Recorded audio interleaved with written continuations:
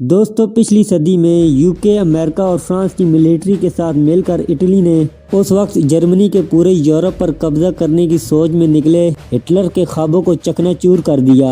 World war 1 के time तो Italy Germany के साथ ही खड़ा था और वर्ल्ड वॉर 2 शुरू होने से पहले भी वो जर्मनी के साथ ही था, लेकिन हवा का रुख चेंज होता देख इटली ने अपनी साइड भी चेंज कर ली और उसने खुफिया तौर पे अमेरिका के साथ एक मुआहदा तय किया, जिसके बाद इटली को उसके हमसाया ममालिक से जमीन मिलनी थी, लेकिन ये लैंड उसे न मिल सका क्योंकि अमेरिका ने वॉर खत्म होने के बाद इस मुआहदे को रद्द कर दिया, क्योंकि अमेरिका का ये मानना था कि इटली ने उस तरह से मदद नहीं की जिस तरह से इसने मदद करने का वादा किया था। दोस्तों ये बातें तो अब हो चुकी है माजी का हिस्सा। उसके बाद इटली और पूरे यूरोप ने बड़े लंबे टाइम तक अपनी इकोनॉमी को बढ़ाने के बारे में सोचा, ना कि हथियारों को, और इसमें ये कामयाब भी रहे। लेकिन पिछले कुछ सालों से बदलते हालात को देखकर पूरा यूरोप ही एक बार फिर हथियारों की रेस में दौड़ना शुरू कर दिया, जिसमें अभी तो सबसे ज्यादा आगे यूके है, लेकिन आने वाले टाइम में इटली, फ्रांस और तुर्की ये भी इस रेस को जीत सकते हैं। दुनिया की 10वीं बड़ी आर्मी रखने वाले इटली के पास कौन से हथियार मौजूद हैं, इस वीडियो में हम देखेंगे।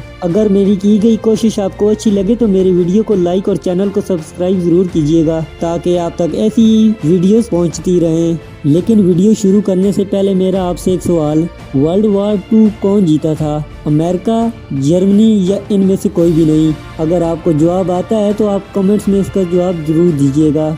शुरुआत करें कुछ बेसिक फैक्ट से तो इटली की आबादी 6 करोड़ हो चुकी है, जो ग्लोबल पॉपुलेशन रैंक में इन्हें 23 नंबर पर खड़ा करती है। इटली एरिया के लिहाज से दुनिया के 73 और यूरोप के 10वें रैंक पर आता है। इटली का डिफेंस बजट $30 बिलियन के आसपास रहता है। 21वीं सदी के सबसे खतरनाक हथियार न्यूक्लियर वॉरहेड इटली के पास नहीं है, लेकिन अगर कोई कंट्री इन पर न्यूक्लियर अटैक करता है तो इटली का नेटो मेंबर होने की वजह से तमाम नेटो कंट्रीज मिलकर उस कंट्री पर हमला करेंगी, चाहे इन्हें न्यूक्लियर वॉरहेड ही क्यों न उस पर फेंकना पड़े।